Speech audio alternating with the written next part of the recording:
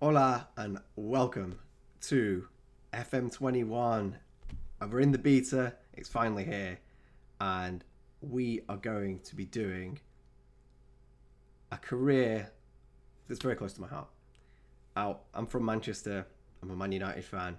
However, I do have a Spanish team, and it is Villarreal. And Villarreal this year are a very exciting prospect, not only in real life, but in Football Manager from a managerial standpoint. They've got lots of young, exciting players, and with what's been going on with their main rivals, Valencia, Valencia have had terrible financial troubles, had to sell half their team. They sold their club captain and icon to their rivals, Villarreal, Dani Parejo, and the squad looks amazing. At this point, we're just before December now. They're currently second in La Liga. The only team above them is Real Sociedad. So, as with every league this year, it's just been a bit mad. However, FM21, we're going to manage Villarreal and hopefully get them to greatness. I think first time round, we'll be looking at a Champions League finish, a qualification spot for sure. We're in the Europa League, so that's a way we could get through if we could win that. If we do finish fifth or sixth and we don't win the Europa League, so Europa League for another season, I don't think it'd be the end of the world. But I would like to get to the upper echelons of Europe, sooner than later. We do have some young, exciting players. Chukwueze, who broke out last year, who's been phenomenal on the right-hand side for Villarreal. And this year, we've got a youth prospect called Jeremy. He's been the surprise package so far. And we'll be looking to bring them into the first team and developing them as quickly as possible so that they can really cement those wide areas for us for hopefully a decade. But yeah, let's get into it. Our media prediction is 8th. I'm definitely looking to do better than that. Last season we finished 5th. We are in the Europa League. Our stadium is quite small. For those that don't know Villarreal very well, it's a one club city, and it's quite a small city at that. Hence the small capacity. And the fans are very, very passionate. Also known as the Yellow Submarine. They sing it every game. Just for the way that they always tend to go down and come back up. I like it. I picked up this shirt during the first lockdown. They had a sale on, and I thought, what a better time to get some Villarreal merch, because I'd have to import it, and that costs money and whatnot. So they even did me a Forlan shirt, because those that know me, Forlan is my favourite player, who also played for United and for Villarreal. We can see here our suggested 11 first team. See, we've got Dani Parejo in there. Francis Coquelin also came from Valencia this season. We've got a young Spanish centre-back in Pau, who is looking... Well, I think we're going to have a hard time keeping him. He's a young Spanish prospect who's probably going to be in the national side within a season, hopefully. We've also picked up Paco Althousa from Dortmund. He's a lethal striker, and he did some incredible work for Dortmund. And I think the only player in the world, well, situationally, that could have replaced him did, in the form of Haaland. Come on, Pete. Think about your knowledge. But yeah, Haaland displaced Althousa, and he was never going to be happy on the bench. So got sold to Villarreal, and Villarreal were only too happy to take him up. Rio Alibol, he's quite... Well, I don't know how old he is these days. He's going to tell me 34. Still a very good centre-back. But he's going to be the one that we look to change sooner than later. We need to find a partner for Pau Torres, because I don't believe that Villarreal really have a centre-back that's of the calibre that we are going to need. So centre-back is definitely an area we're going to be looking at strengthening. We've also got Mario Gaspar. He's a Villarreal man through and through. I think he's been there his whole career. Club captain as well. 29 years old. He's going to be good for a couple of seasons, but to bring in some competition for him would be good. But we'll get deeper into the squad when I can show you the whole team. We're just going through the club vision screen. They do want me to sign players under the age of 21 for the future. I completely agree. I'm fine with that. I'd like doing these kind of youth saves. I do believe that old players definitely have their uses, especially in the dressing room, for leadership purposes as well. Club captains, they need to have that age, that wisdom.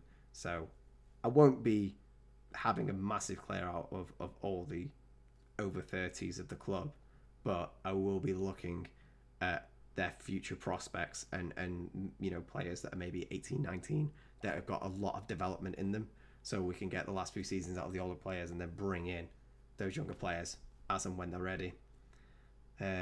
Develop players using the club's youth system. They're going to be very happy about me bringing in Jeremy, who's come through the youth system. They're going to be very happy about that. Work within the wage budget. Villarreal don't have all the money in the world.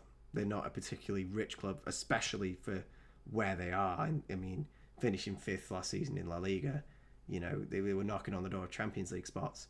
So they're not the richest club in the world, but they do shrewd business, and I hope to continue that. First season requirements: finish top half. We damn well better. They want to reach me the quarterfinals of the Euro Cup. I don't see that being a problem. Develop the best youth system in the country.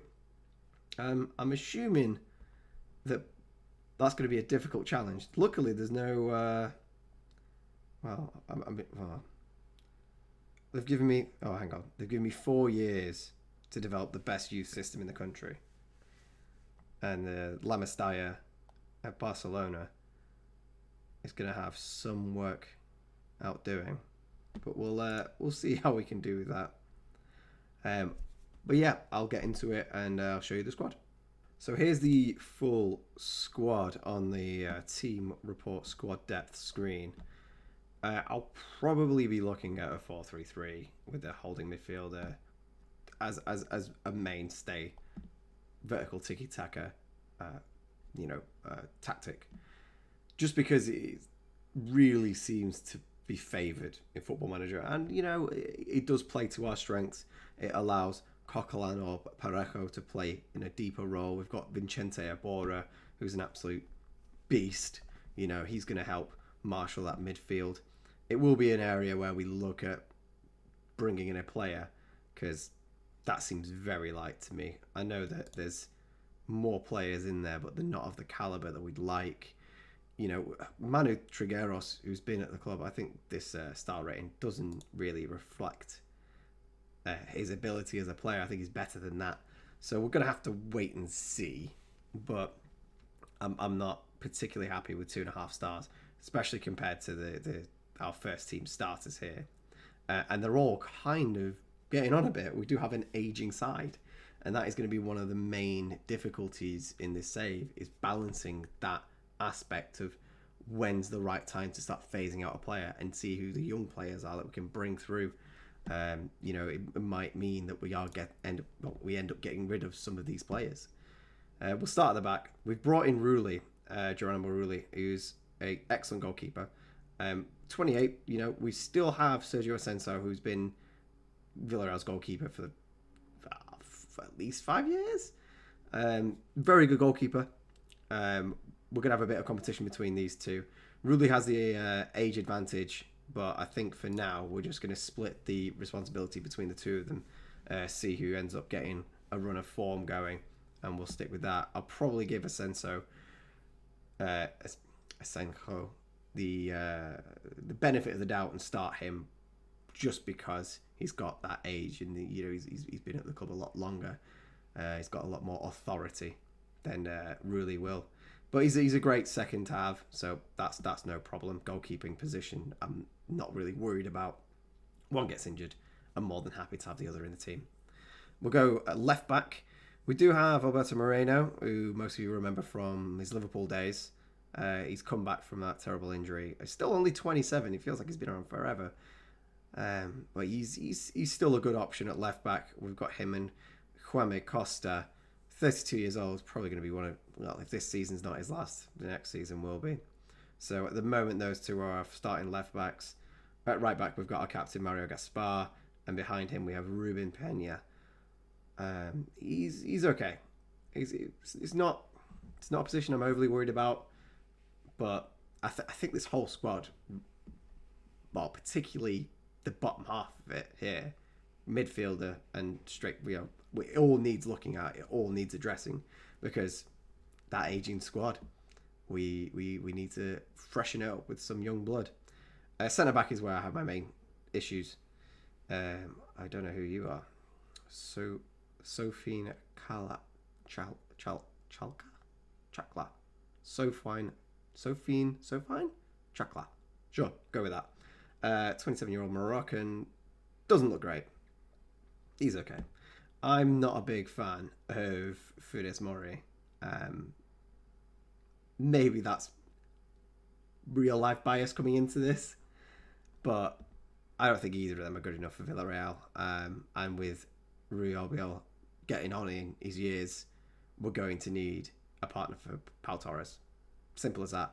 I really want to hold on to Pau Torres, but if a huge, I'm talking Donald Trump huge, offer comes in, then we might have to let him go for the good of the club. And I don't want to say that Villarreal are a selling club, but they kind of are. We can't compete with Barca's and Real Madrid's and Premier League money. We just can't. So if a big club comes in with a big offer for one of our star players like that, I don't think there's a lot we can do about it. We've looked at midfield, so we're going to look at the wings. Left wing, Moy Gomez, as far as I'm aware, he's more of a central player. I think FM have done this year because having a cam isn't all that popular, so they've made the attacking central midfielder role, players that play there in real life, a bit more apt on the left and the right, which I think only makes sense. Most of them play there regularly anyway. So left wing's a problematic area. However, that is where we're going to have our young star, Jeremy. He's only got a 2-star current ability, but 5-star potential. So to me, he's going to be playing there as much as I can, really, within reason, behind Moy Gomez and who I'm probably going to start there, Pedraza, because at least he's got some potential ability. I mean, Moy Gomez does as well, but I feel like Pedraza, if we compare the two of them, where are we? Compare players. If we compare the two of them, I feel like Pedraza's going to have a lot more speed about him, a lot more. So yeah, we are still in beta, so this screen isn't actually working properly yet. I mean, we can still see the actual graph, but we can't see the values. But if we've got Pedraza in green, he's going to be beating him for defending. He's going to be beating him massively for speed. They're the same physically. His vision's not quite as good. His attack is not quite as good. And technically he's not quite as good. But he's better in the air. I don't know. I think that speed is much more of an inside forward rather than a playmaker out on the wing. That's my, difference between the two of them. And you can see here, Moy Gomez much prefers to be in the middle rather than on the left. He's only an accomplished inverted winger there. But, it does give us something else, whereas Pedraza's a natural winger. So I guess we can play with that a little bit. But, maybe I'll keep them both. It depends what offers come in and see what we've got. Striking. So, attackers. We have a problem. We've got two good starting strikers, Paco Althousa and Gerard Moreno, who's been here quite a few years now.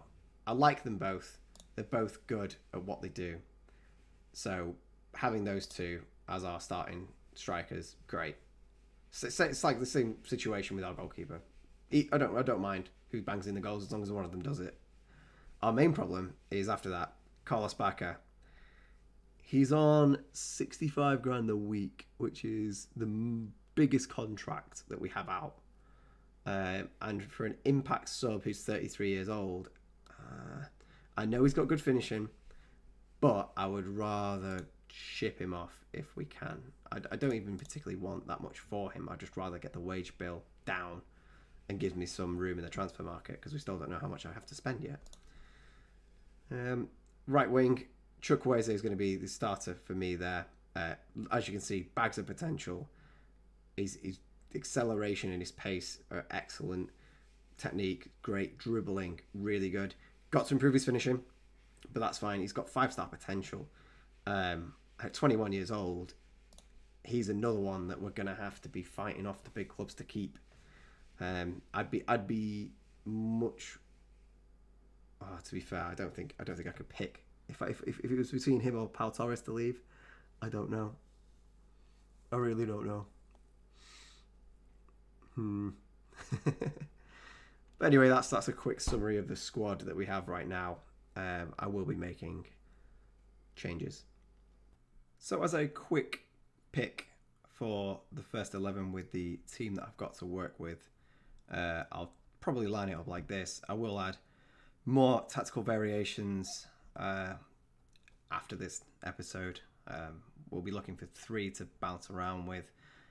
Probably going to stick mainly with 4-3-3 just because it seems to work, I hope.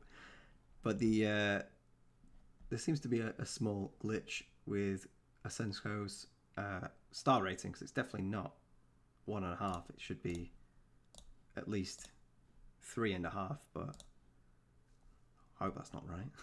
Otherwise I've got a rubbish goalkeeper I need to get rid of. I've transfer listed Carlos Bacca, Danny Rabba, I'm listed for loan as well. The main issue that we have now, as I said before, Villarreal are not flush with money.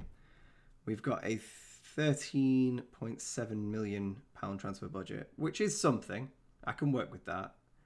Little bit of wage budget over, but I'll be looking to move Bacca on, get 65 grand back into the wage budget, and probably won't get much in the way of transfer revenue for him, but at least it'll give me something to work with.